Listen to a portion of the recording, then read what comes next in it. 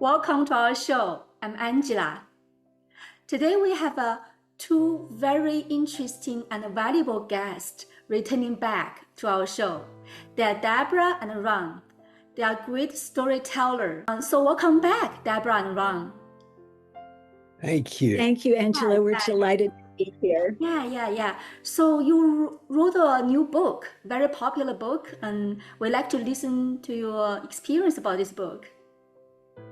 Yes, so my book is called Letters from the Ungrateful Dead, a grieving mom's surprising correspondence with her deceased adult daughter. And this is a book that was inspired by my daughter Hailey's sudden death from an overdose of fentanyl and meth. And I didn't even know she was taking the drug. So when I got a phone call telling me she had died late one night, I was shocked. I was in disbelief. And my grief was very different than any other grief I had experienced thus far in my life. And I couldn't manage it. It was just overwhelming to me. And so a friend said, Debra, you need to go to a grief therapist. And I said, I know, but I'm too sad to find one. So she helped me find a grief therapist. And my grief therapist changed my life. She told me, why don't you write letters to your daughter? I said, okay. And then she said, and have her write back to you. And that was the part that startled me, because I thought, how is that going to happen? I didn't know, but I was desperate to feel connected to my daughter, Hailey. So the next morning, I woke up early, I sat at my computer, and I wrote a letter to Hailey. And then I took some deep breaths and listened, and I heard my daughter's voice in my head. I heard her answering my letter. And so I wrote down everything she said. And that was the beginning of our correspondence that lasted solidly for months and is still going on randomly now. And it transformed my grieving process. Your book is very touching. I really enjoy reading it. And I see many good comments from the book. So yeah, I think the book is well written, and it people can relate to this book because many people are previously or maybe currently experienced the grieving process, and the book is a very good example about how to help healing, right? Exactly. It's been really interesting having feedback from my readers. Some people have said, oh, I would like to be in touch with my sister who died years ago, but I haven't known what to do. And that person has started writing to her sister, at least as a way of reaching out. Other friends and readers have liked the idea of staying connected, but have done it in other ways other than writing. One friend is making art around her loved one's death. And then other people have had a lot of experience, like I did with my daughter, of living with somebody, having a child or family member, friend who has addiction issues, or one who has mental health issues. And so reading about the way Hailey and I got to discuss those issues that were so overwhelming and prevalent in life that we couldn't often discuss, but when we were both on the earth, but we could write about and come to some resolution. So that has been some of the feedback I've gotten about how the book is helping people in various ways. And that's been very rewarding for me because it has certainly helped me to write it. Yeah. So Ron, when Debra writing this book, how do you think the book impact her mental health or like emotion? Right. Yeah. Deborah was almost instantly in a deep, deep state of grief. Mm-hmm. And I did not know what to do. I did not know how I could support her. All my old techniques seemed invalid at that point. And I was just looking and praying for a way to be of support to her. Mm-hmm. And what was so great is when she started writing these letters on this therapist's advice, Mm-hmm. it gave her an activity and an instant connection with her daughter, Hailey. Mm-hmm. And I could see the difference that it made just immediately. Mm-hmm. Mm-hmm. Mm-hmm. So you can see when she wrote the letters and her emotion changes, right? It did. Yeah, It did. yeah, There was yeah, there yeah, was yeah, yeah. a huge shift, and the comfort that she was being offered was something that I was unable to offer her. Mm-hmm. But somehow, through the writing of the letters, Mm-hmm. that comfort from Hailey arrived, and um, day by day, she began to heal. Mm-hmm, mm-hmm. Yes, I can totally relate to myself.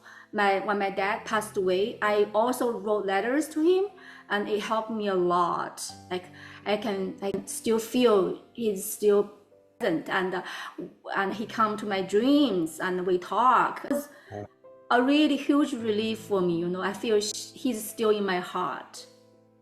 wow. Yeah. That's so beautiful. And it's so important to talk about these things, these different ways we all find to stay connected with the people we love who have passed on. Um, because that is a yearning for a lot of us, that we either have unfinished business or we just miss that person so much. And for me, like the parts of my daughter, I missed her sense of humor and her sarcasm, which I often didn't love when she was alive, but I missed everything about her. And so, like you said about your dad, through writing to her and having her and her writing me back was like she was still in my life Yes. in a very deep and meaningful way. Yeah. Yeah. So many people maybe just want to hide in their heart, but sometimes writing journal, writing letters is evidence-based, showing it helps with our mental health. And I, as a professional, like I'm a nurse, I couldn't handle it when my dad passed away. So I also seek help, and I went to group therapy, and I got a counselor, and it gave me huge help. Yeah, so I think what you were doing was really good for yourself. Yeah. Mm-hmm. It just transformed everything and made it meaningful and let me come to a peace. But she was letting go of those emotions that had just hounded her when she was alive, of depression, of anger, of fear, of anxiety. So many things bothered her. But once she died and was writing to me, she gradually shed those. So it was almost like we traded places, Angela. And that was very interesting to just see, um, you know, what I could have done better. I wasn't mad at myself, and she wasn't mad at me. I just wanted to learn from her and know more about her. And that got to happen. And we had fun. Hailey was very witty. And so, one of the things I like about the book is Hailey's wit, that it's a sober book in some ways, but it's also fun to read because she likes to play with words. She likes to make jokes. She keeps her little sarcastic humor there. So it's not a depressing book. And when I read it, I mean, I go back and read the letters. And I don't know about you with writing to your dad, that's a huge benefit for me having the letters and going back to read them and keep that sense of connection. So that's, I think, another thing that so many of your listeners I know have gone through grief, that having the stories down in writing always, for me, helps to go back and reread them. Yeah, yeah. I think our audience will appreciate your advice. It's such a good way to memorize our loved ones and stay connected, right? Yes, absolutely. Hmm. And you're right. I like what you said about sort of memorializing them, Yes. capturing their stories Mhm. so we remember them and we can, share them. And I had done that in a very different way when my mom was living with dementia. That's what we talked about the first time we came to visit you.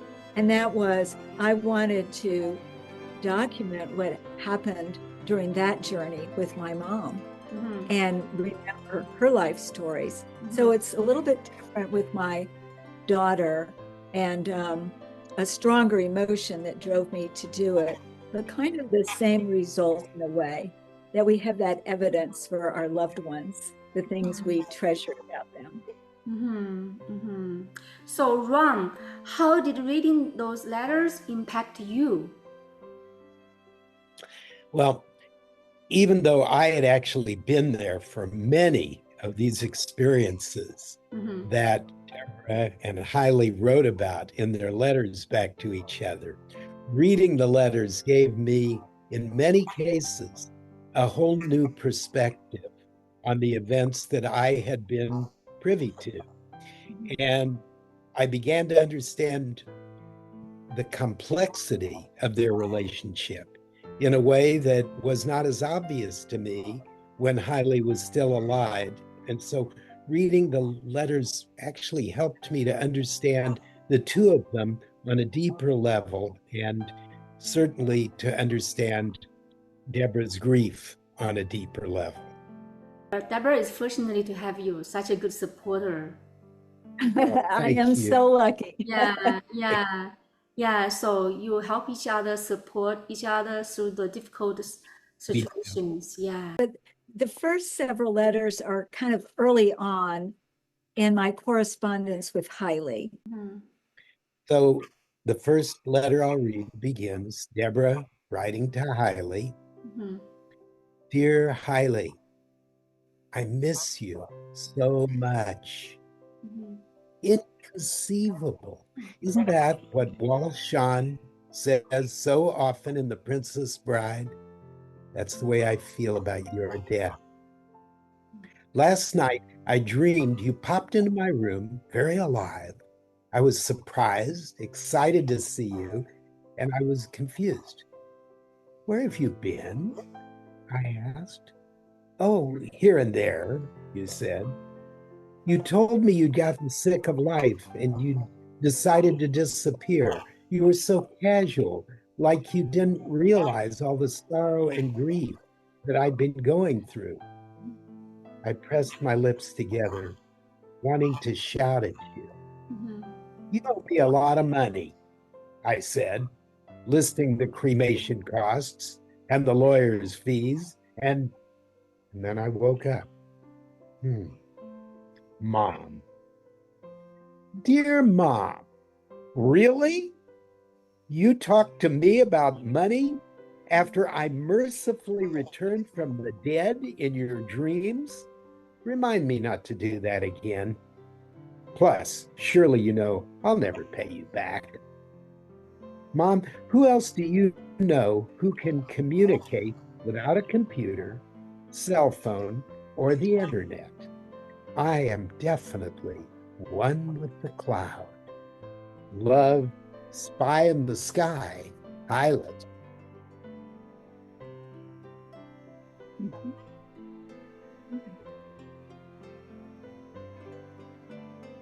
Dear Mom, a big plus about being dead. I am not anxious or panicked. I am not depressed. I am calm.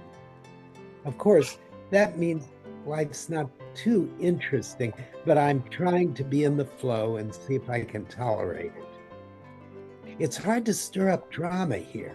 Everyone is sanguine or enlightened. Oh God, what if I'm becoming enlightened? You're entitled to make fun of me if that happens. Remember how I scorned all your suggestions to breathe and think positively and create affirmations, vision my life? I thought those things were so stupid. And then I went to that cognitive behavior therapy class.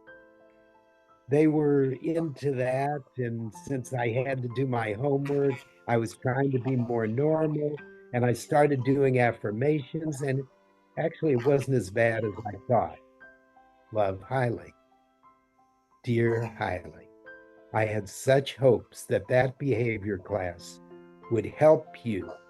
I always expected great results the few times you agreed to therapy. Love, Mom. Dear Mom, you always wanted to change me. Bad idea. Love. Okay, feel, oh my God, so touching. Thank you so much, Debra, for sharing those beautiful written letters. Yeah. Thank you, Angie. Yeah. Yeah. Being able to write down my daughter's words and hear her voice, hear some of the many things I missed about her, but also, for Hailey to say, I'm not anxious, I'm not depressed, is like a miracle. To hear that was of great comfort to me, because that was something she battled since she was 13 years old, a long time. And so to have that feeling that some of the burdens she struggled with on earth, she let go of, was very deep. Also, just getting to talk like that with her in a playful way. We were very alike and very different, but I was always an optimistic person, maybe too optimistic, and Hailey was a pessimistic person, maybe too pessimistic. So you could see we had some clashes, and I don't know if, I'm guessing some of your viewers have had that experience with their relatives where you're just trying, you're aching to help somebody, you love them so much, and everything you do does not really work. And that often happened with me and Hailey. So to hear that she was feeling better, it didn't have anything to do with me, but I got a witness to it from afar. And I love that. And also, I used the letters, I had relatives and friends who knew Hailey or knew of Hailey. So I shared the letters with them. And what was really fun is each of them said, oh, that sounds exactly like Hailey. They knew Hailey's voice. They knew what she was like. And so it was a way of having her live on, with other people as well. Wow, amazing. So, Debra, what kind of people would benefit from reading those letters? Well, originally I thought this would be just a book for people who are grieving, but I have learned since that a lot of different kinds of people have benefited from reading the book. As I mentioned earlier, people who have a relative or friend who have addiction issues have benefited from the book, because Hailey and I do talk about that in the book. And I think each of our perspectives are valuable and flawed. And so I always find it useful to hear the whole story on these issues. And the same way with mental health issues. A lot of different people who've read the book have said I've gained insight into my child or my friend who struggle with some of these issues. And then I've had people who haven't had those issues with their children, who have just had an appreciation for how important it is to talk to your children in a deep and meaningful way and make sure that happens between you while they're alive. So it feels like a variety of people, including psychologists and grief therapists, but a variety of people have benefited from the book, and that's very humbling and wonderful for me. So you show people a very good example how to heal, right? How to help with the grieving process, right? Yes, that's right. There's so many ways to do it, but this is one way.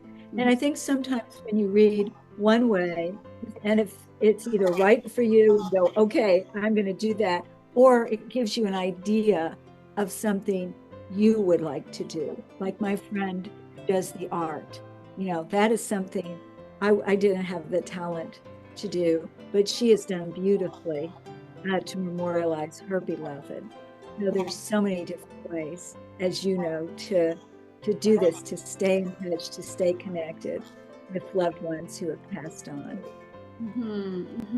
Yeah. Wow. Thank you so much for sharing this very tender aspect of your life. It's you need to be brave to do this, I think. I agree with you. I do feel that, but it's worth it because what I've learned, and Hailey has been my teacher about this, is that what I've learned about sharing vulnerable things about yourself always connect me to a person I might not have been connected to.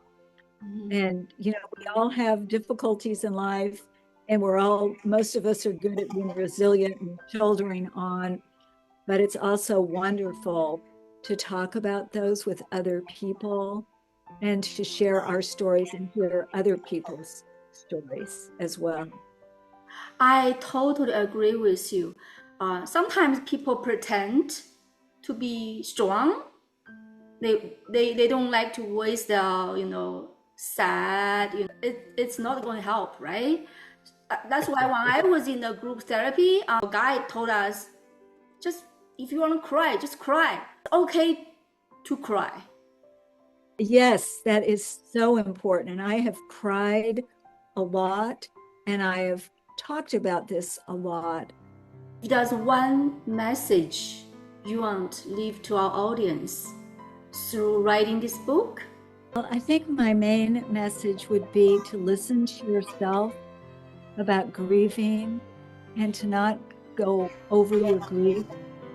If you can, if your life allows you, to feel your grief, to explore ways to stay in touch with your beloved one if you need and want to, in ways that work for you, and to share those with other people. And something you mentioned towards the beginning, Angela, of seeking help when you need it. So me too, I went to a support group, I went to a counselor, I talked to friends. All of those experiences were immensely helpful. And I felt so much better after each one of those conversations. How about you, Ron? What would you like to say to our audience? I feel so lucky that I have been able to go through this experience of grieving with my beloved Debra. It has been so meaningful and so life-affirming and so deepening of our relationship that I really consider myself the lucky one here. I did not have to go through the terrible grief that Debra did. I went through a lot, but nothing even approximating what Debra has been through. And to be able to share that with her and for her to allow me in for the process. Has been an extraordinarily meaningful experience in my life. Yes, thank you. I think you two of you shared a very good example.